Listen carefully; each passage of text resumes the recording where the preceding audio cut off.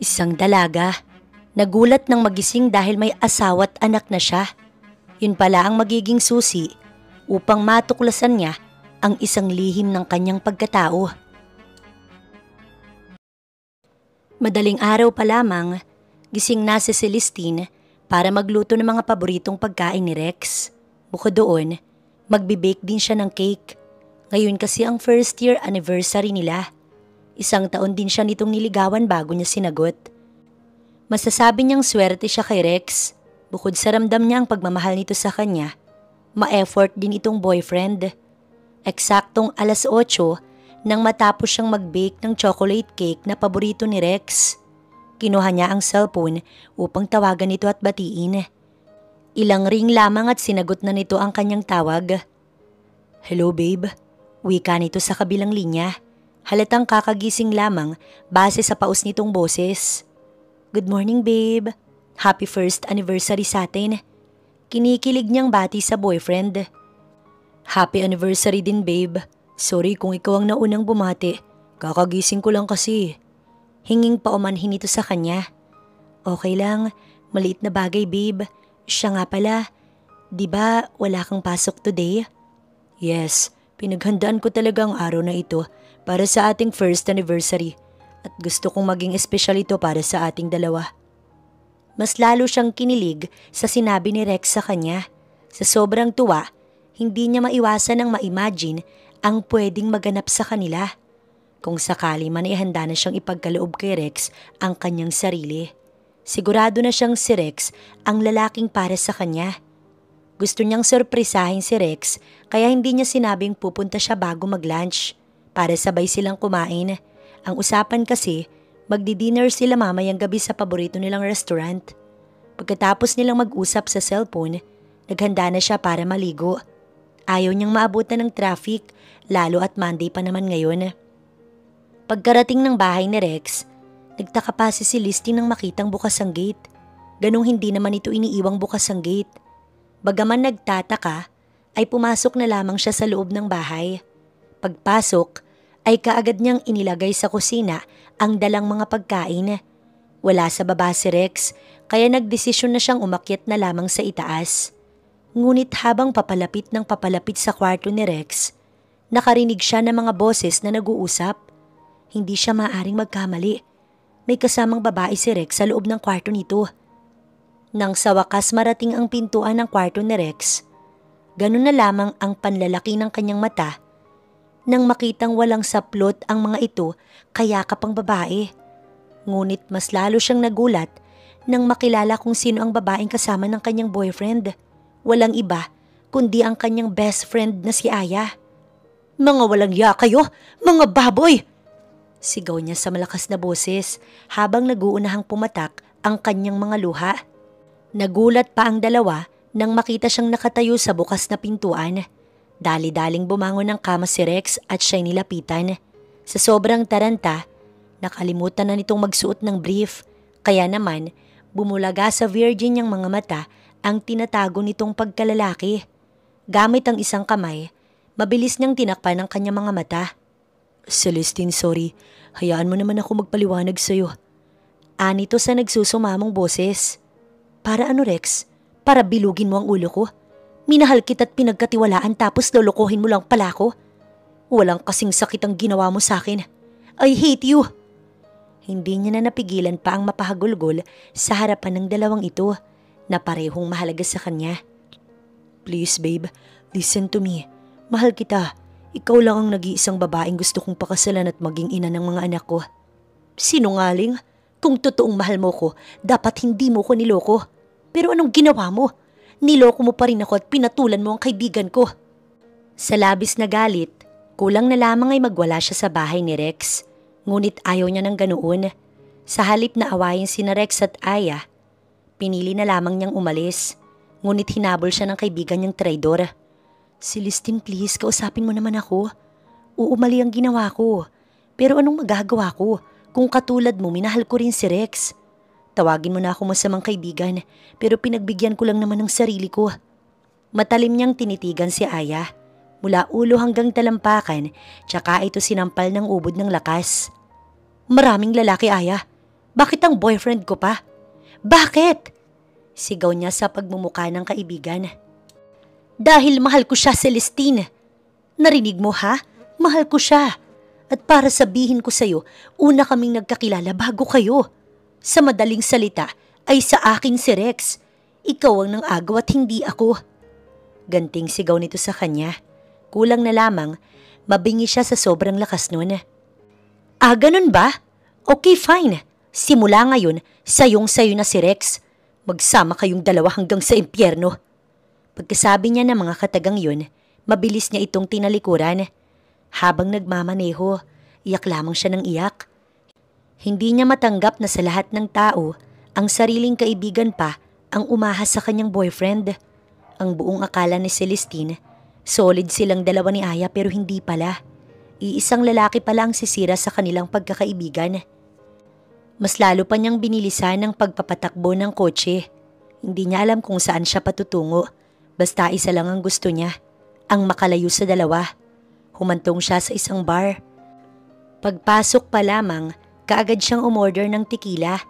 Nakailang baso na rin siya ng tequila bago nakaramdam ng pagkahilo. Pasuray-suray siyang lumabas ng bar at naglakad patungong parking lot. Nang makasakay ng kotse, mabilis niya itong pinatakbo. Dahil sa pagkahilo, hindi niya maiwasan ng mapapikit habang nagmamaneho. Nawala sa kanyang isipan na nasa kahabaan siya ng malawak na kalsada. Huli na nang maramdaman niyang mas lalong bumilis ang takbo ng kanyang kotse. Tinangka niyang magpreno ngunit ayaw. Sa bilis ng pangyayari, namalaya na lamang niyang bumangga sa malaking truck ang kanyang kotse. At bago siya tuluyang mawalan ng malay, ay isang gwapong lalaki ang lumapit sa kanya. Nang magising si Celestine, ay isang cute na batang babae na nasa edad 7 taong gulang ang nakita niyang nakaupo habang nakatingin sa kanya. Ngumiti ang bata nang makitang gising na siya. Good morning, Mommy. Masayang bati nito sa kanya. Pilit niyang inaalala kung sino ang batang kaharap, ngunit wala siyang maalala. Tinawag mo kong Mommy? Naguguluhan niyang tanong sa bata. Yes po. Bakit, Mommy? Ayaw mo na po ba sa akin? Malungkot na tanong ng bata sa kanya. Ha? Hindi naman sa ganun pero hindi ko maalala na may anak. Naputo lang nais niyang sabihin sa bata nang bumukas bigla ang pintuan at mula roon pumasok ang isang gwapong lalaki.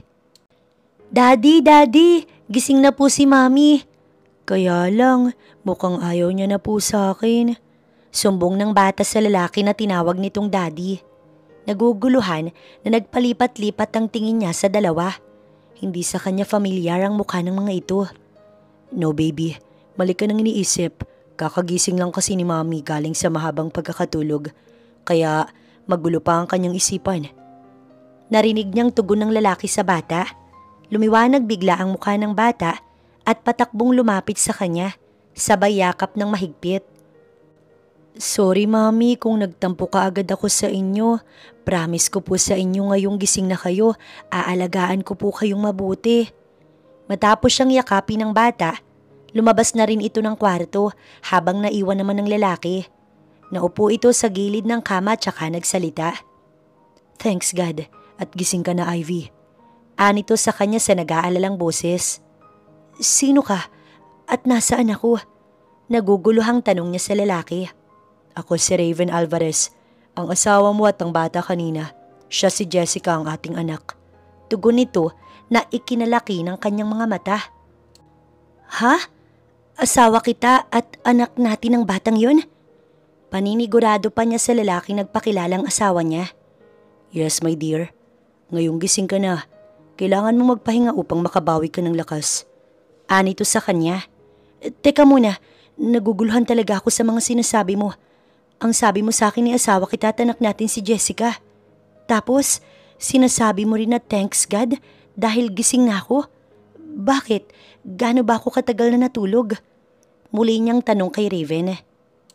2 taon kang na-comatose, Ivy. Ang akala nga namin hindi ka na magigising. But thanks God at ibinalik ka niya sa amin. Ramdam ni Celestine ang katotohanan sa mga sinasabi nito sa kanya. Ha? 2 taon ako na comatose? Wait lang, anong year na ba ngayon? Halos hindi siya makapaniwala sa sinabing iyon ni Raven. 2025 na. Ilang araw na lang ay malapit ng magpasko. Masaya ako dahil ngayong darating na Pasko, makakasama ka na ulit namin ni Jessica. Mahabang wika ni Raven. Pakiramdam ni Celestine ng mga oras na yun, sumakit bigla ang kanyang ulo. Bakit ganun? Ni kaunti hindi niya maalala na may asawa at anak siya. Bakit hindi niya maramdaman na anak niya si Jessica? Nagaling ito sa kanya.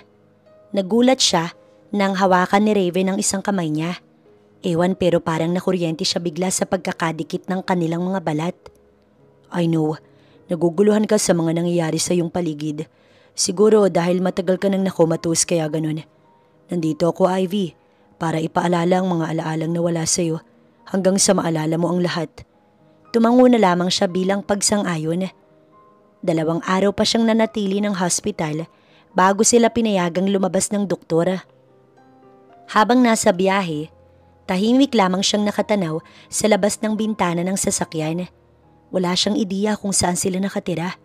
Ayaw naman niyang magtanong kay Raven, baka magalit ito sa kanya. Napansin niyang palabas na ng Maynila ang tinatahak nilang daan. Makalipas ang mahigit 1 oras na biyahe, ay sa wakas, huminto na rin ang kotse ni Raven sa isang malaking bahay. Nandito na tayo sa bahay natin. Wika ni Raven nang lingunin siya. Dito ba tayo nakatira? Hindi niya napigilan ang sariling itanong ang katagang yun. No, Ivy. Sa Green Hills talaga tayo nakatira. Pero ang sabi ng doktor mo, mas mainam na malayo ka sa ingay para ma-relax ang utak mo. Kaya naisip ko na dumito muna tayo pansamantala habang nagpapagaling ka. Paliwanag sa kanya ni Raven. Ganun ba? Pasensya ka na sa akin, Raven, kung marami akong mga tanong sa'yo. Paghingi niya ng pasensya sa lalaki. It's okay, Ivy. Tsaka sabi ko naman sa'yo na nandito ko para ipaalala ang mga alaalang nawala sa'yo. Nakangiti nitong tugon na nagpagaan ng kanyang pakiramdam. Inalalayan siya ni Raven na makababa ng sasakyan. Bagamat naiilang, hindi niya iyon pinahalata sa lalaki. Nang makapasok sila ng bahay, ay patakbong lumapit sa kanya si Jessica sabay yakap ng mahigpit. Hindi naman nagtagal ang yakap na iyon sa kanya ng bata. Habang inaakit sa itaas ni Raven ang kanyang mga gamit, naiwan naman silang dalawa ni Jessica sa sala. Pinagmasdan niyang mabuti ang mukha ng bata. Kahawig na kahawig ito ni Raven. Ang pinagtataka lamang niya, ni isang anggulo, wala itong nakuha sa kanya. Malalim siyang napabuntong hininga. Ilang araw na din niyang kasama ang mag-ama pero bakit ganun? Pakiramdam niya, estranghero ang dalawa sa kanya. Gusto niyang pagdudahan si Raven, ngunit hindi niya magawa. Ramdam niyang mabuting tao ito at ayaw niyang ma-offend ito sa kanya. Kumain muna sila ng tanghalian bago umakyat ng kanilang kwarto. Ginala ni Celestine ang mga mata sa kabuuan ng kwarto. Malaki ito para sa kanilang dalawa ni Raven. Pwede bang magtanong, Raven, kung anong nangyari sa akin? Kung bakit ako na-aksidente? Tanong niya sa lalaki. Galing ka nun sa birthday ng kaibigan mong si Tanya. Tapos nang pauwi ka na, nawala ng preno ang kotseng minamaneho mo. Hindi mo na iwasan ang malaking truck na iyong makakasalubong. Kwento ni Raven. Pilit niyang inaalala ang mga bagay na ikinukwento sa kanya ni Raven. Ngunit wala talaga. Wala siyang maalala ni isa man dun. Lahat ay bago sa pandinig niya. Ayaw niyang pagdudahan ng lalaki, ngunit hindi maiwasan. Kinagabihan, nauna na siyang umakyat ng kwarto, pero hindi naman nagtagal, sumunod na rin si Raven. Sa halip na mahiga sa tabi niya, dumiretso ito ng banyo. Ang hula ni Celestine, maliligo ang lalaki. Habang hinihintay matapos si Raven, nanood muna siya ng TV. Napalingon pa siya nang marinig na bumukas ang pintuan ng banyo. Mula roon, iniluwa ang bagong ligong si Raven. Nakatapi lamang ito ng tuwalya, kaya naman kitang-kita niya ang malalaki nitong muscles at ang anim nitong pandesal. Bukod roon, pinagpala rin ng lalaki sa balbon mula dibdib pababa hanggang tiyan. Pakiramdam ni Celestine ang mga sandaling yun. Pinagpapawisan siya ng malapot na hindi niya maipaliwanag kung bakit. Kamuntik pa siyang mapalundag nang magsalita si Raven na ngayon ay nasa kanyang harapan na. Pwede ka nang mag-shower. Wika nito habang hindi inaalis ang tingin sa mukha niya. Sige, salamat. Nauutal niyang sagot sa lalaki. Sinadya niya talagang magtagal ng banyo para paglabas, tulog na si Raven. Ngunit mali pala siya. Gising na gising pa ito at halatang hinihintay siyang lumabas ng banyo. Ewan pero nakakaramdam siya ng pagkailang na hindi niya maipaliwanag kung ano ang ibig sabihin. Bakit gising ka pa? Naitanong na lamang niya upang mabawasan ang kaba sa kanyang dibdib. Hindi ba obvious na hinihintay kitang matapos? Nakataas kilay nitong tugon. Ha? Bakit naman? Bigla ang paggapang ng kaba sa kanyang dibdib. Iniisip niya ng mga sandaling yun kung totoong asawa niya si Raven, may obligasyon siya bilang asawa nito, lalo na't 2 taon siyang nakomatos. Sorry Raven, pero hindi pa ako handang makipagtalik sa'yo, lalo na't wala akong maalala ni isa man, kahit ang kasal nating 2 at kung paano tayo nagkakilala. Diretsahang wika niya kay Raven para hindi ito umasa na may mangyayari sa kanilang 2 ngayong gabi. I understand, hindi mo naman kailangang humingi ng sorry sa akin. Kaya kong maghintay hanggang sa maalala mo ko kung sino ko sa buhay mo. Seryoso nitong sagot. Nakonsensya naman si Celestine sa kanyang sinabi. Pero anong magagawa niya? Sa wala nga siyang maalala na asawa niya si Raven. Nang unang araw, medyo nahirapan siyang makasama ang mag-ama, lalo na si Raven. Ngunit habang lumilipas ang mga araw, unti-unti na rin siyang nasasanay, lalo na sa presensya ni Jessica. Mabait at bibong bata ito, higit sa lahat, napakalambing nito sa kanya. Aaminin niyang napapalapit na rin ang loob niya kay Jessica, na wala namang masama dahil anak niya ito. Masaya niyang pinapanood sa swimming pool na naliligo sina Jessica at Ivy. Hindi mapagkakailang close ang 2. Alam niya sa kanyang sarili na hindi si Ivy ang kasama nila ngayon, kundi ibang tao. Ngunit napapasaya nito ang anak niya, kaya kahit mali, pinaninindigan na lamang ni Raven ang pagsisinungaling sa 2. 5 taon nang patay ang asawa niyang si Ivy. Namatay ito sa sakit na leukemia. Simula nang mamatay si Ivy, naging malulungkutin na ang anak nilang si Jessica. Palagi na lamang itong nagkukulong ng kwarto. Kahit siya man, hindi rin matanggap ang pagkamatay ng asawa. Ngunit kailangan niyang lumaban sa buhay para sa kanilang anak. Hanggang sa aksidenteng pinagtagpo ang kanilang landas ng babaeng kahawig na kahawig ng asawa niyang si Ivy. Tinulungan at dinala niya ito sa hospital, pero dahil sa malakas nitong pagkakabangga, kaya naging 50-50 ang tsansang mabuhay ang babae. Mabuti na lamang at magagaling ang mga doktor na gumamot rito, kaya himalang nakaligtas. Yun nga lang ay nakomatos ang babae at walang kasiguraduhan kung magigising pa ba o hindi na. Matyaga niya itong inalagaan, umaasa siyang magigising ito hanggang sa dininig ng langit ang mga dasal ni Raven. Pakiramdam ni Raven, muling nabuo ang kanyang pamilya sa pagdating ni Celestine sa buhay nilang mag-ama.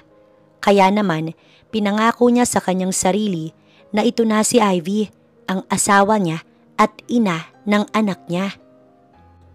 Ang layo naman ang iniisip mo. Napalingon si Raven nang marinig ang boses ng kapatid niyang si Jonathan. Oh, ikaw pala Jonathan. Anong masamang hangin ang nagtulak sa iyo para pumunta dito?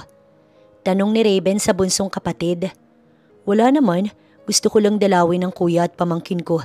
Sa nakikita ko, hindi lang si Jessica ang masaya kundi pati ikaw Kuya Raven. Wika nito na may kasamang panunukso. Totoo yan. Malaking bagay ang pagdating ni Celestine sa buhay naming mag-ama. Pag-amin niya sa kapatid. Kung ganun kuya, wala ka bang balak na sabihin sa kanyang totoo? Tanong nito sa nag-aalalang boses. Bakit pa? Hindi mo ba nakikita masaya na ulit si Jessica dahil kay Celestine? At ayaw kong sirain ang kasiyahan niya. Sa tingin ko naman, unti-unti nang natatanggap ni Celestine na anak niya si Jessica at asawa niya ako. Kaya walang dahilan para umalis siya sa buhay namin. Mahabang wika niya kay Jonathan. Nandun na tayo kuya. Pero mali pa rin ang ginagawa mo.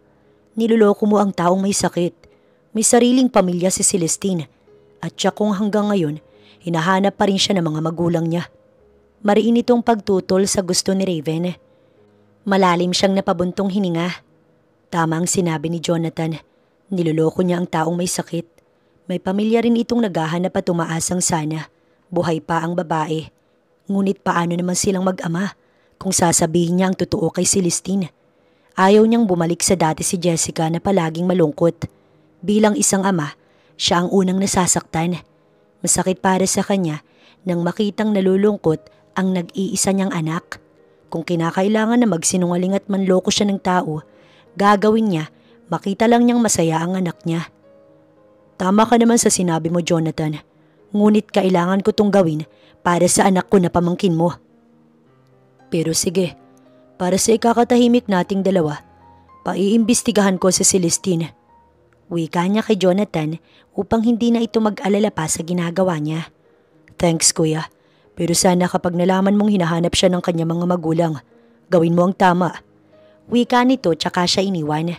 Kinuha niya sa suot na short ang cellphone at tinawagan ng private investigator para ipa-background check si Celestine Policarpio.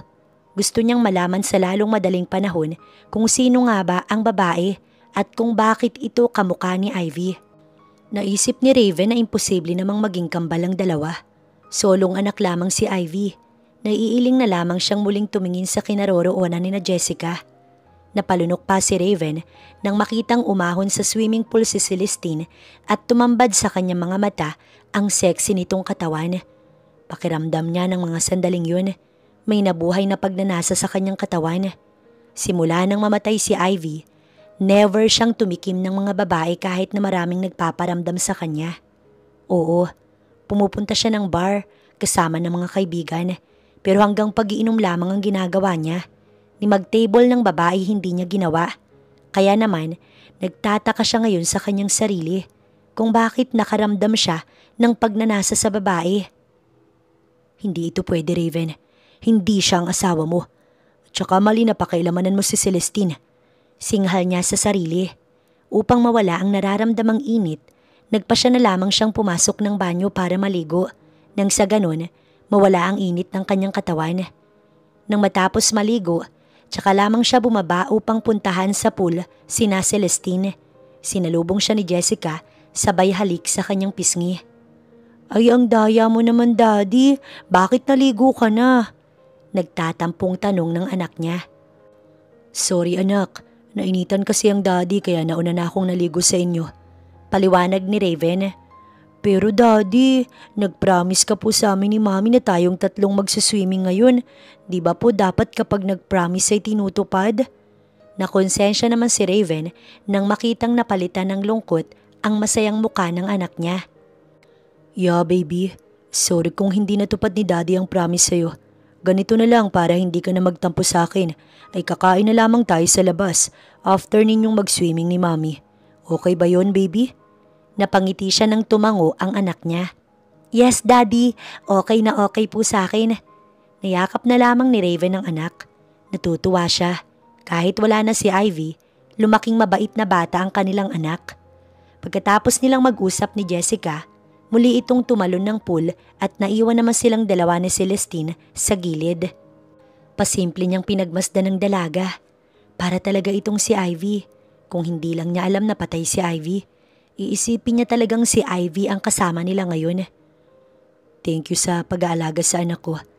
Malaking tulong talaga ang pagdating mo sa buhay naming mag-ama.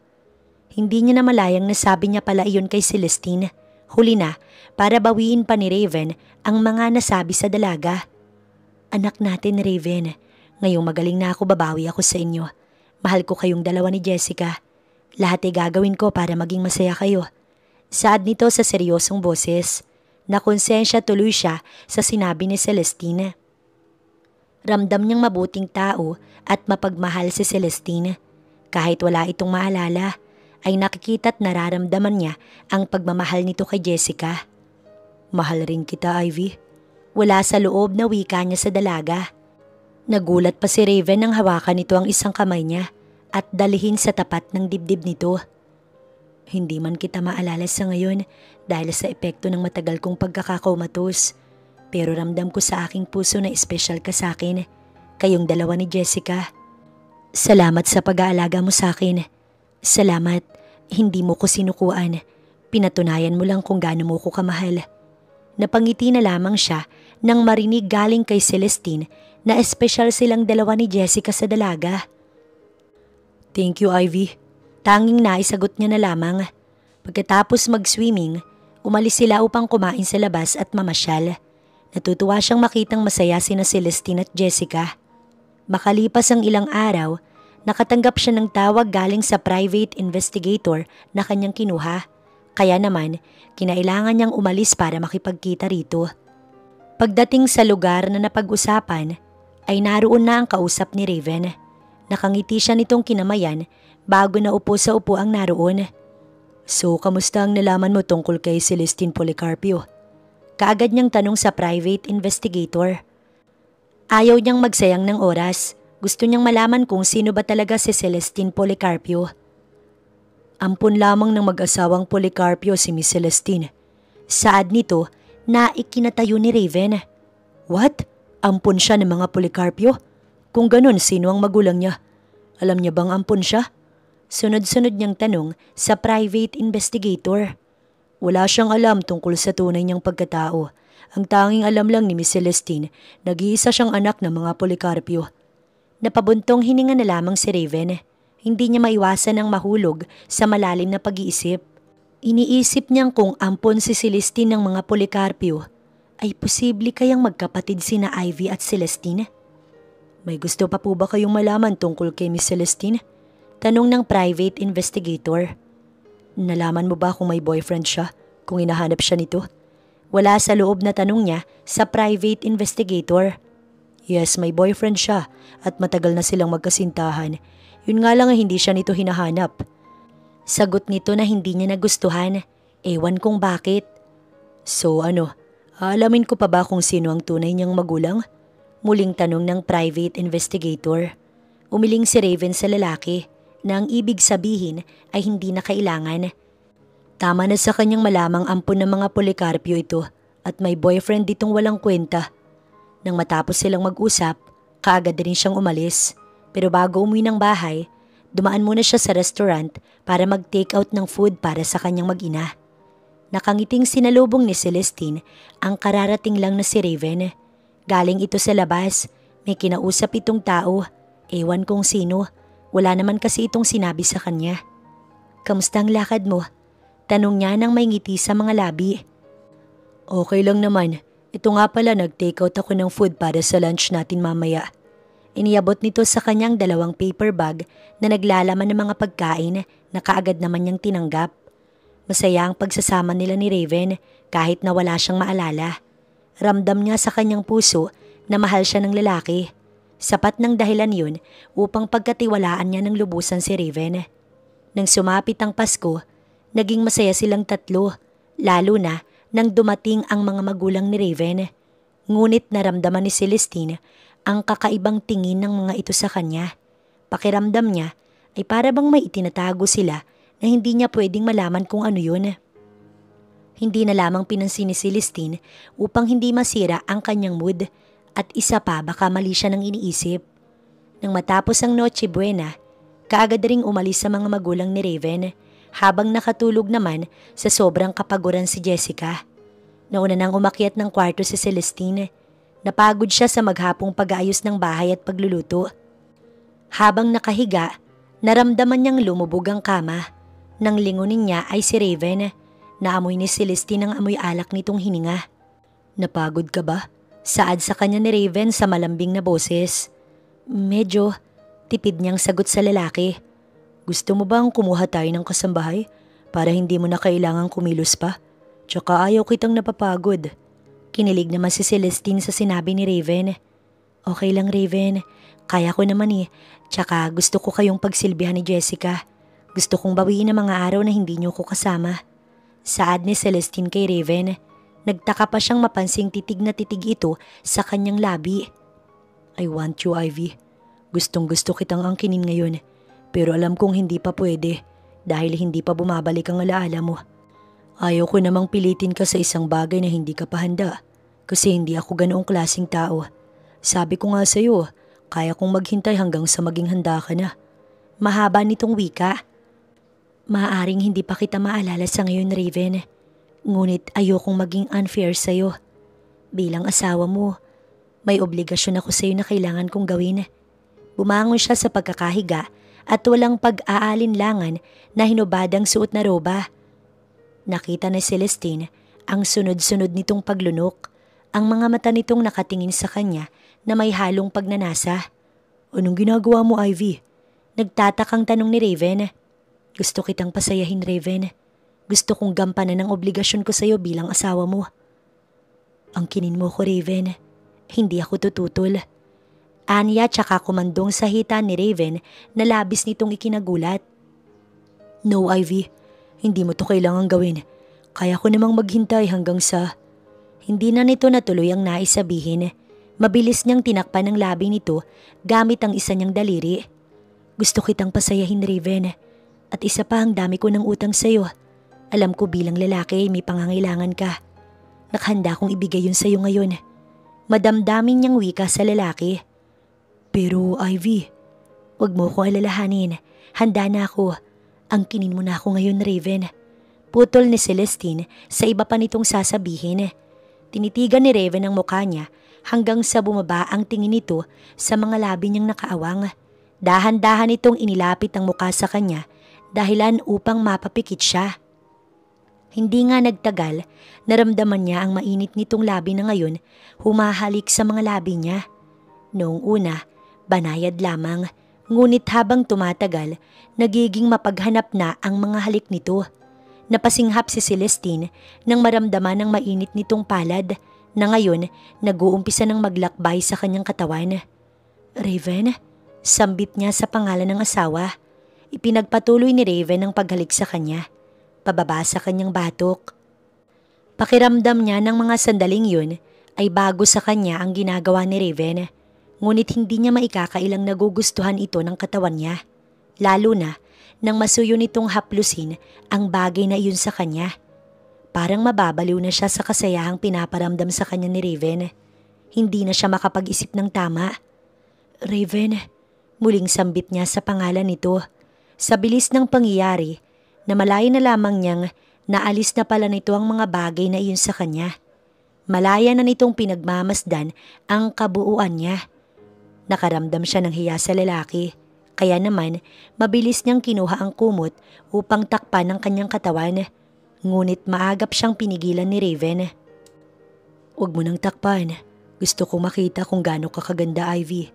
Simula ngayon, isa akin ka na't wala ng sino mang lalaki ang pwedeng umagaw sa'yo. Pag-aari na kita, Ivy. Wika nito sa seryosong boses. Ano bang sinasabi mo? Hindi kita maintindihan. Matagal na akong sayo, kaya nga tayo nagkaroon ng anak, di ba? Tugon nito nang may ngiti sa labi. Yeah, you're right. Muli nitong inangkin ang kanyang mga labi. Ngunit sa pagkakataong yun, mas marubrob na ang mga halik na iginagawad nito na mas lalong nagpabaliw kay Celestine. Ilang sandali pa, tuluyan na nga siyang inangkin ni Raven. Ngunit napasigaw siya sa sobrang sakit nang tuluyan nitong mapag-isa ang kanilang mga katawan. Pakiramdam ni Celestine, first time niyang mangyari iyon. Matagal na silang mag-asawa ni Raven at may anak na sila ni Jessica kaya imposibleng mangyari. Hindi naman nagtagal, nawala rin ang sakit at napalitan ng iba yung kasiyahan, lalo na nang sabay nilang marating ang dulo. Nang gabing yun ay ilang ulit siyang inangkin ni Raven hanggang sa mapagod at sabay silang makatulog nang may ngiti sa mga labi. Nagising si Celestine nang maramdamang may humahalik sa kanya. Nang imulat niya ang kanyang mga mata, si Raven ang nakita niya. Naabala na ginagawa ang bagay na iyon sa kanya. Anong ginagawa mo, Raven? Kunwaring tanong niya sa lalaki, kahit ang totoo, alam naman talaga niya. Gusto kitang gawing breakfast ngayong umaga. Pilyong tugon nito na may ngiti sa mga labi. Ha? Mukha na ba akong pagkain? Natatawa niyang wika kay Raven. Mas masarap ka pa sa breakfast. Sagot nito na kanyang ikinagulat, lalo na nang buhatin siya nito patungo sa banyo. Pagkapasok ng banyo, kaagad siya nitong itinapat sa shower. Don't tell me, sasabayan mo kong maligo. Naitanong na lamang ni Celestine. Hindi lang kita sasabayang maligo, Ivy, kundi ako mismo ang magpapaligo sa'yo. Naramdaman niyang hindi lang yun ang gustong mangyari ni Raven, kundi mayroon pa at hindi nga siya nagkamali. Mabilis nitong inangkin ang mga labi niya habang malayang naglalakbay ang dalawang kamay nito sa kanya.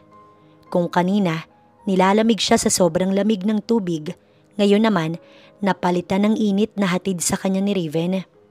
Isinandal siya nito sa nakasaradong pintuan. Raven? Sambit niya sa pangalan ni Raven. Akin ka lang, Ivy. Akin ka lang.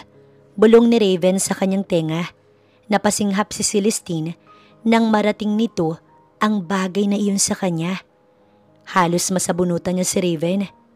Nang matapos nilang pagsaluhan ng init ng kanilang mga katawan, tsaka lamang sila naligo at pagkatapos ay sabay na lumabas ng banyo. Sa totoo lang, hindi niya inaasahang virgin pa si Celestine, lalo na't may boyfriend ito at matagal ng karelasyon. Kaya naman labis siyang nasurpresa nang malamang siya ang unang lalaki sa buhay nito. Dahil sa nalaman, mas lalo niyang ginusto ng tuluyang maging sa kanya si Celestine. Nakahanda siyang pakasalan nito at maging mabuting asawa sa dalaga.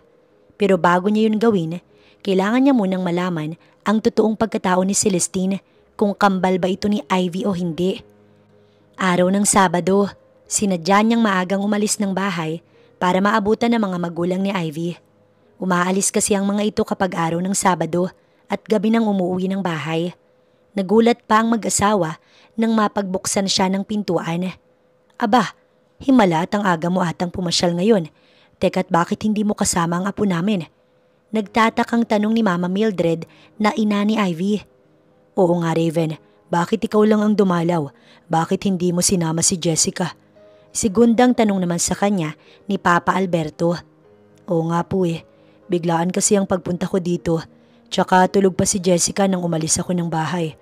Kaya po pala ako nagpunta dito ng ganito kaaga kasi may importante akong sadya sa inyo. Ani Raven sa mga biyanan. Anong sadya mo sa amin, Raven? At ganito ba ito kaimportante? Kagad na tanong ni Mama Mildred. Gusto ko lang sanang malaman, Mama, kung may kakambal ba si Ivy. Diretsahang tanong ni Raven kay Mama Mildred. Gusto niya talagang malaman ang katotohanan.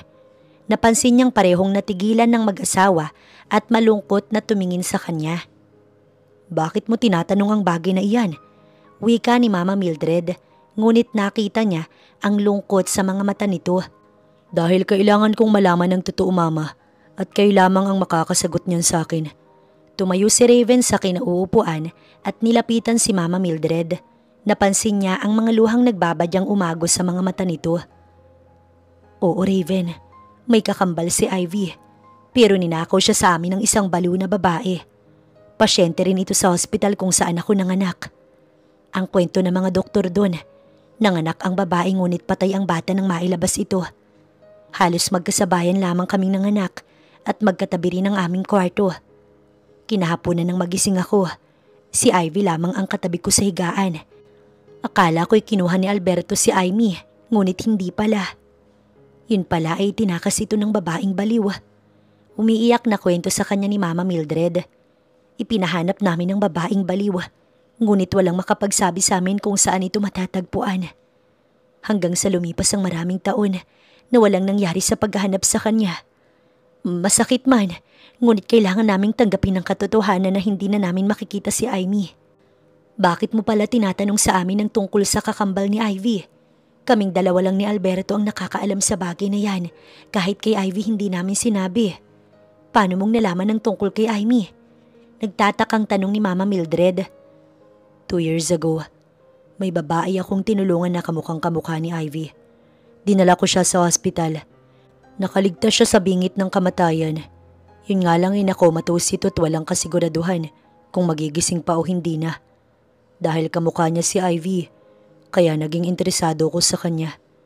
Inilipat ko siya sa isang private hospital. Pinalabas kong siya si Ivy, ang aking asawa.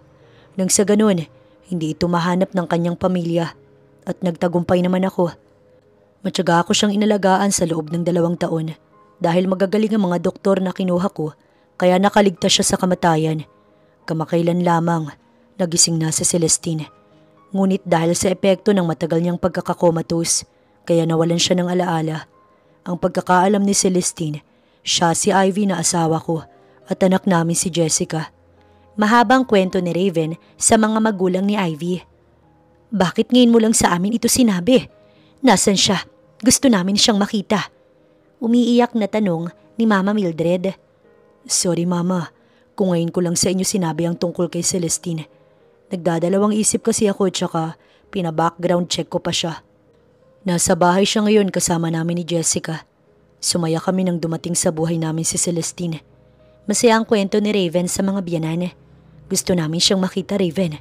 Hindi ba, Alberto?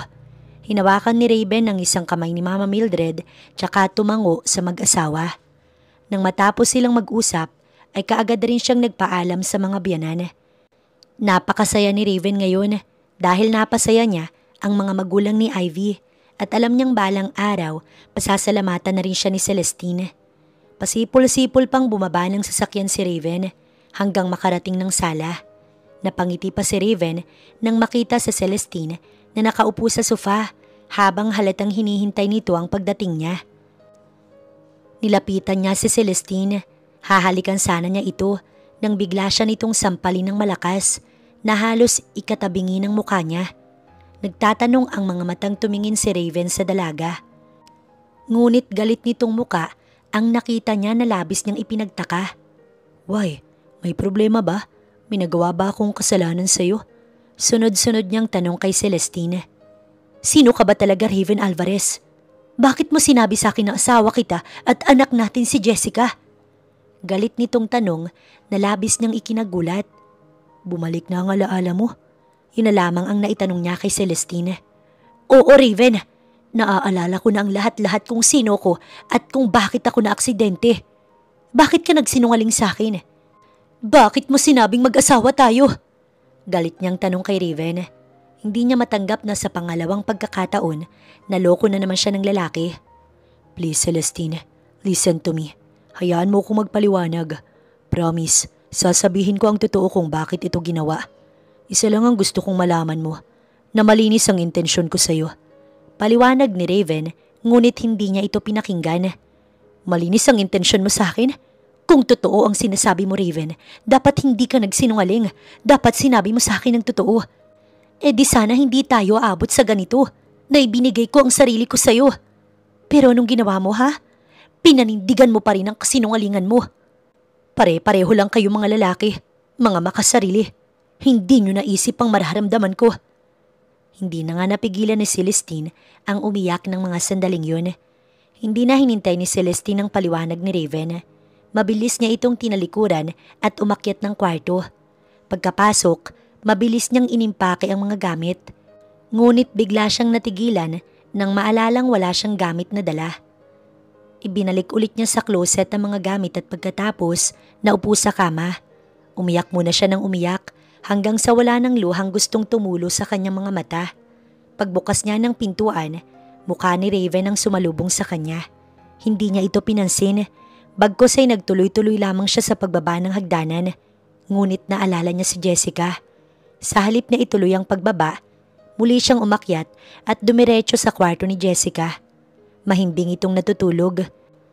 Naupo siya sa gilid ng kama at pinagmasdang mabuti ang bata. Sa ilang linggo na nakasama niya si Jessica, aaminin niyang napamahal na ito sa kanya. Parang tunay na anak na ang turing niya sa bata.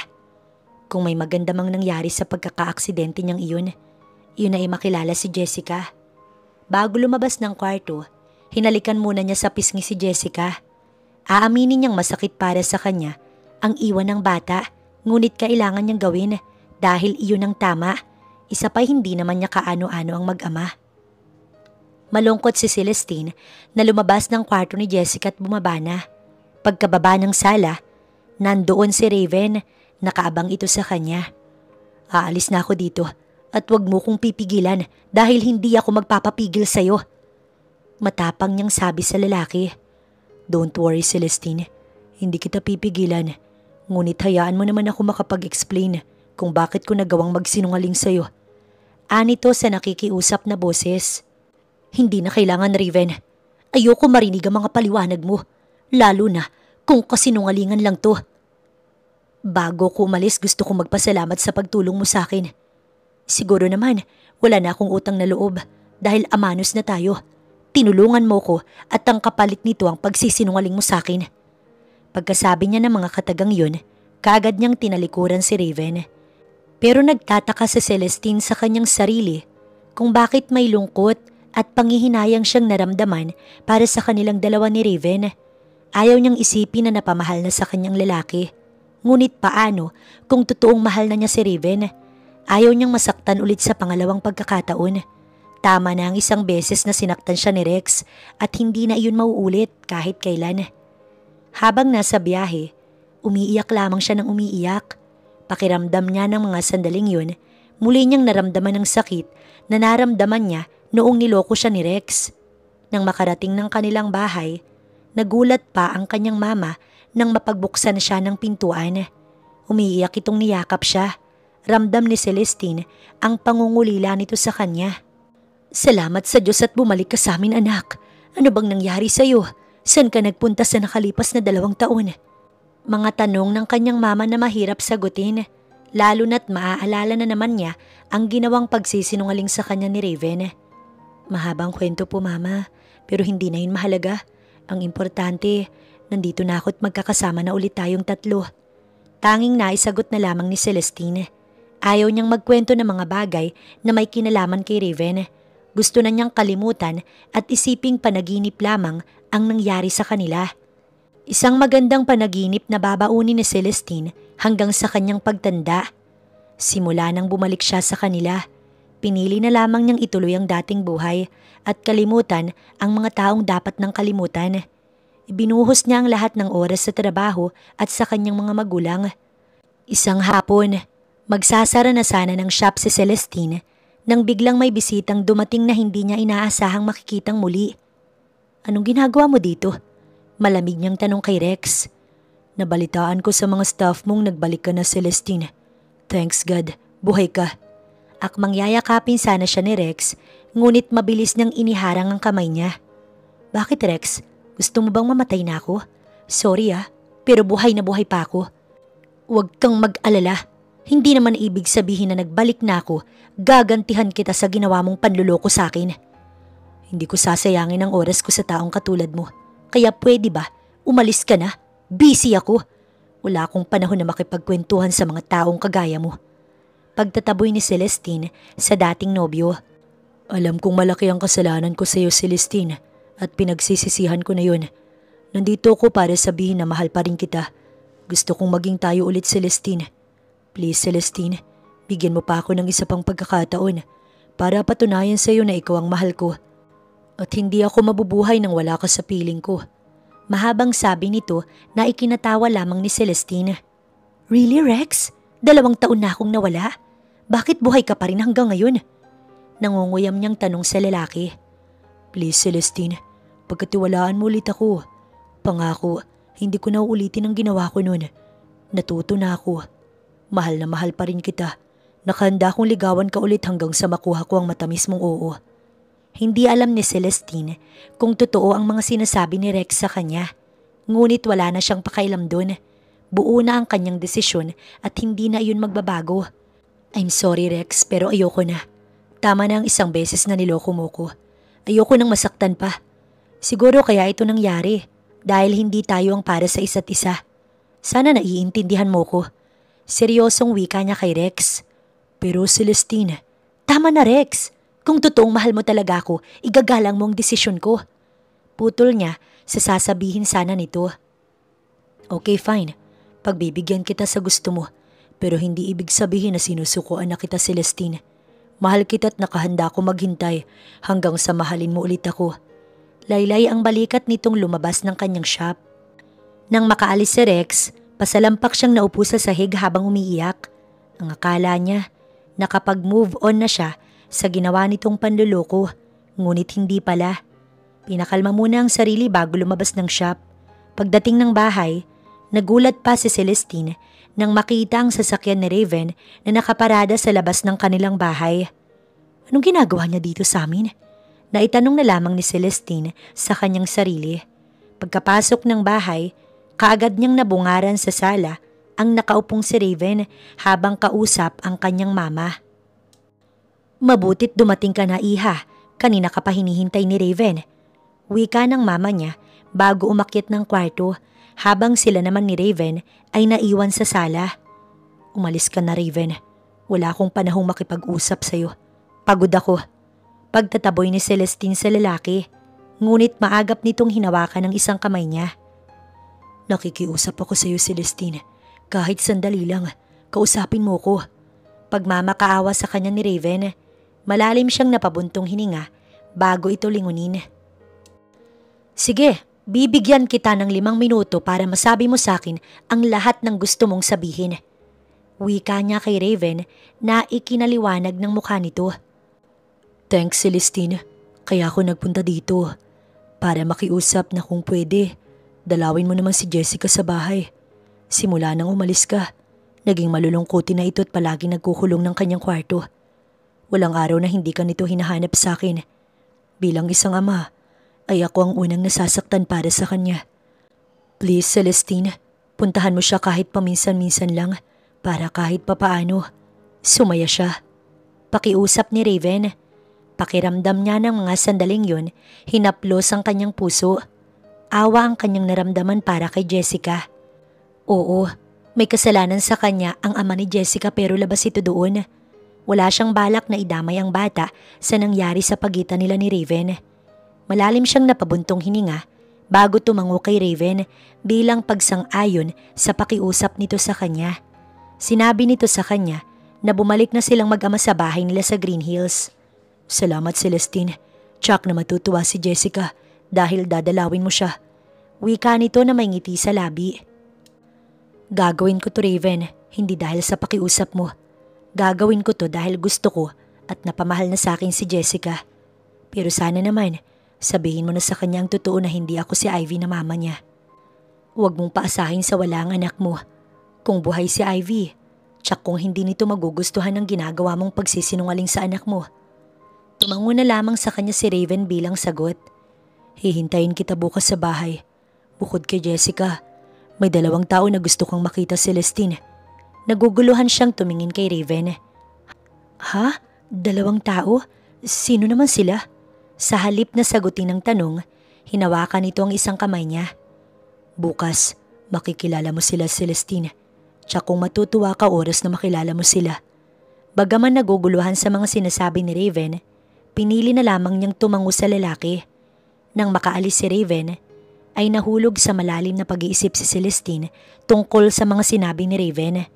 Kinabukasan, hindi siya pumasok ng shop upang puntahan si Jessica. Pagkaparada ng kotse, napansin niyang may van na nakaparada sa labas. Naisip niyang may bisita sina Raven. Kaagad siyang nag-doorbell at ilang sandali pa, bumukas ang malaking gate. Mula roon, lumabas si Raven na may ngiti sa mga labi. Niyaya siya nitong pumasok sa loob ng bahay. Hindi pa man sila nakakapasok, patakbo na siyang sinalubong ni Jessica. Mahigpit siyang niyakap ng bata. Narinig pa ni Celestine ang mahina nitong pag-iyak. Thank you, Mami, kasi dinalaw mo po ako. Please, Mami, wag ka na pong aalis. Wag mo na po akong iiwan para hindi na po ako malungkot.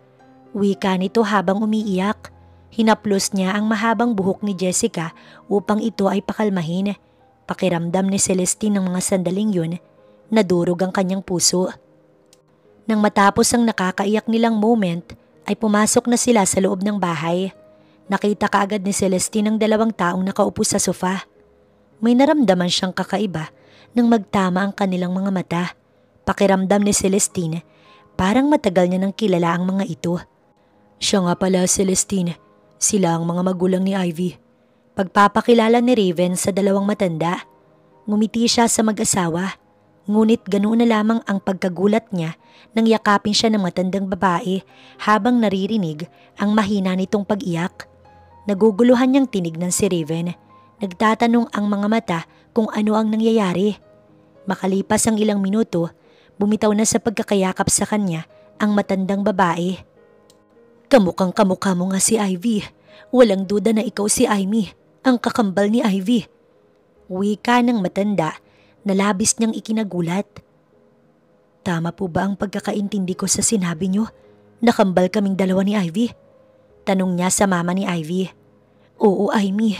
Kambal kayong 2 at kami ang tunay mong mga magulang. Nagpalipat-lipat ang tingin niya sa dalawang matanda. Naguguluhan siya sa mga sinasabi nito. Alam kong nagulat ka, Celestine, sa nalaman mo. Ngunit hayaan mo kong ipaliwanag ang lahat sa iyo para maintindihan mo. Singit ni Raven sa usapan nilang tatlo. Upang maintindihan ng lahat, hinayaan niyang magsalita si Raven at ipaintindi ang lahat sa kanya nang sa ganun siya ay malinawan. Halos hindi siya makapaniwala sa nalaman tungkol sa tunay niyang pagkatao. Hindi nagkataon na kamukha niya si Ivy. Totoong kambal sila at iisa ang kanilang mga magulang. Naiintindihan na ngayon ni Celestine kung bakit magaan kaagad ang kanyang loob kay Jessica. Pamangkin niya ito at totoong magkadugo silang dalawa. Pinakita sa kanya ni Mama Mildred ang mga larawan nila ni Ivy na kuha sa hospital nang sila ay ipanganak. Natutuwa siya dahil nakilala niya ang totoong mga magulang. Yun nga lang ay may parte ng kanyang pagkatao ang nalulungkot. Sayang, hindi man lang sila nagkita at nagkasama ni Ivy. Hindi niya naramdaman ng magkaroon ng kakambal. Pinapangako niya sa kanyang sarili na mamahalin at ituturing niyang totoong anak si Jessica. Ibibigay niya ang lahat ng pagmamahal at suporta sa pamangkin upang maramdaman itong buhay si Ivy sa kanyang pamamagitan. Habang abala sa pagluluto ang kanyang mga magulang, nilapitan niya si Raven upang magpasalamat dahil kay Raven natagpuan niya ang kanyang totoong pamilya. Kaya upang makabawi, nakahanda siyang patawarin ng lalaki. Una sa lahat, gusto kong magpasalamat sa iyo, Raven, at sabihing pinapatawad na kita sa kasalanan mo sa akin.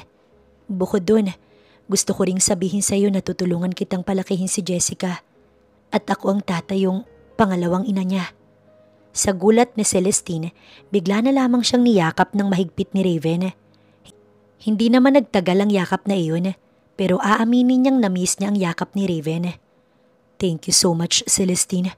Hindi mo lang alam kung gaano mo ko pinasaya, lalo na si Jessica. Nakangiti itong tumingin sa kanya.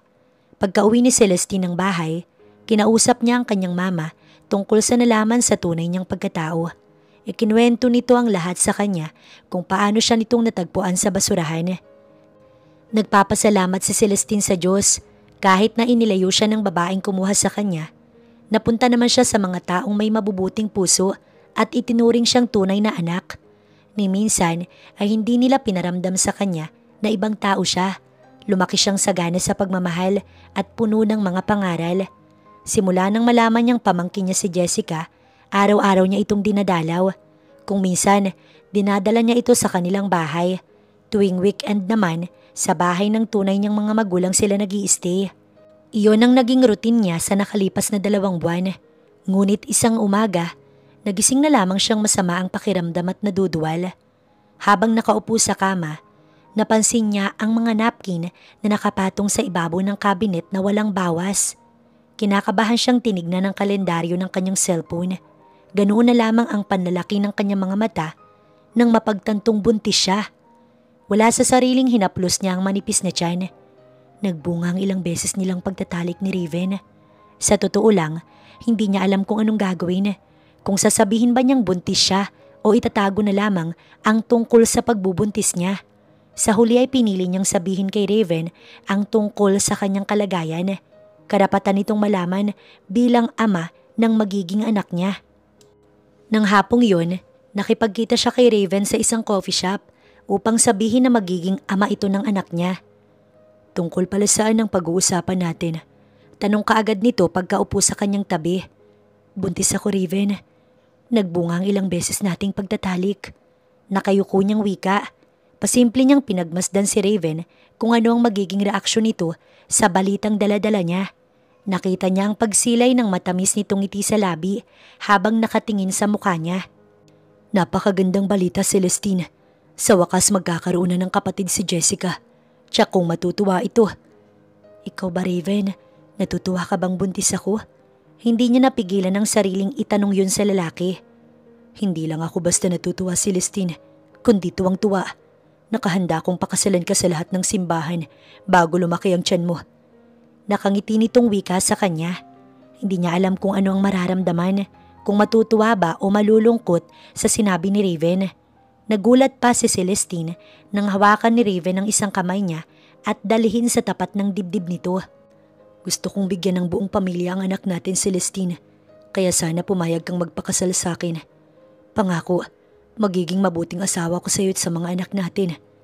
Alam naman niyang mabuting tao si Raven, ngunit ayaw niyang magpakasal sa lalaki ng walang pagmamahal na kasama.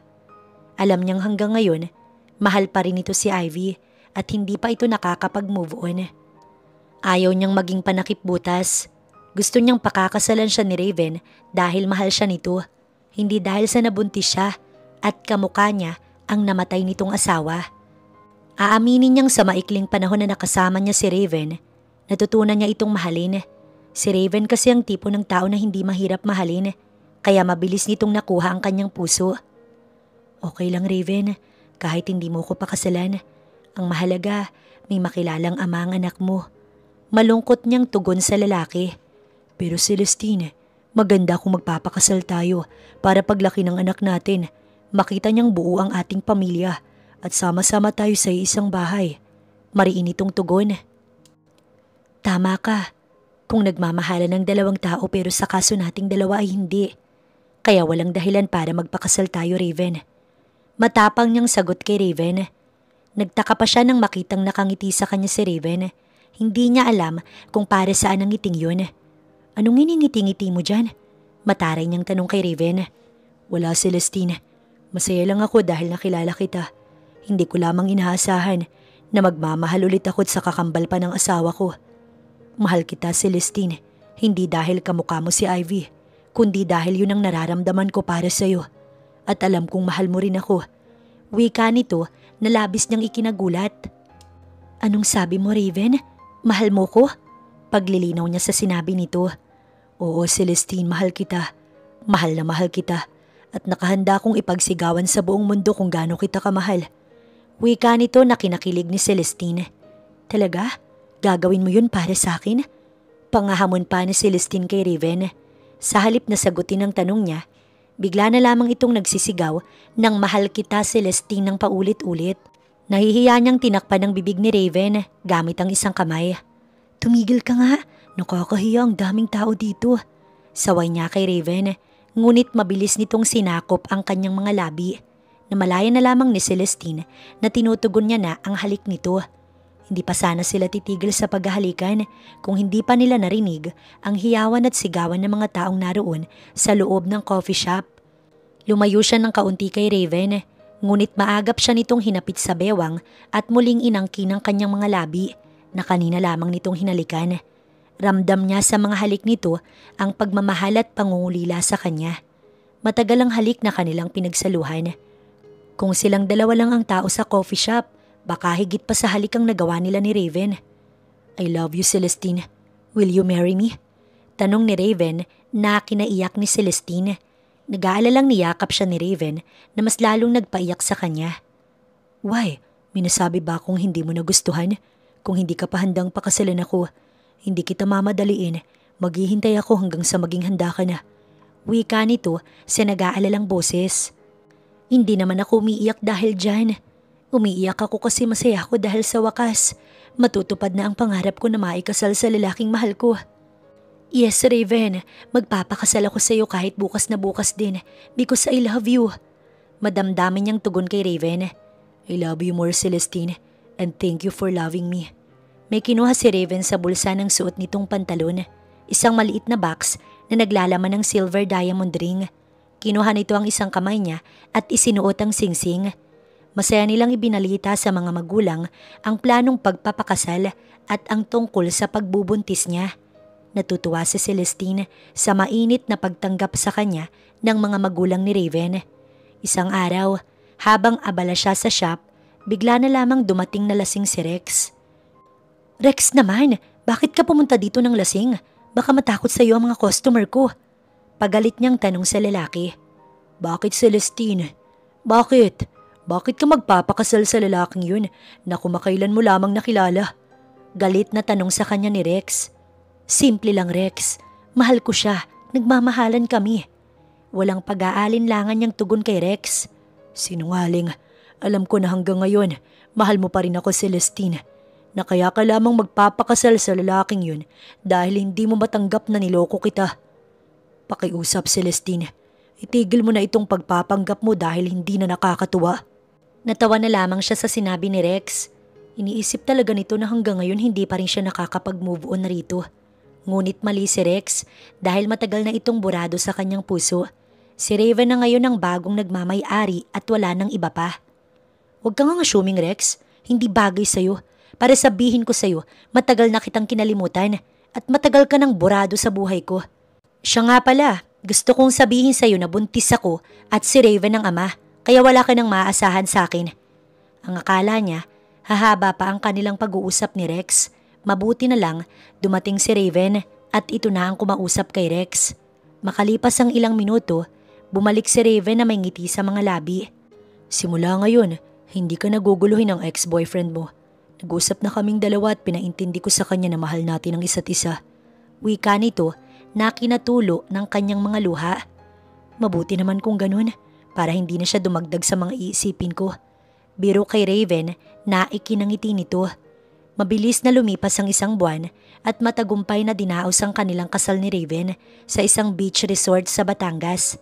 Pakiramdam ni Celestine na mga sandaling yun, nasa alapaap siya sa sobrang saya. I love you, Celestine. Pangako, mamahalin kita sa araw-araw ng buhay ko dito sa mundo. Ani Raven na nagpakilig lalo kay Celestine.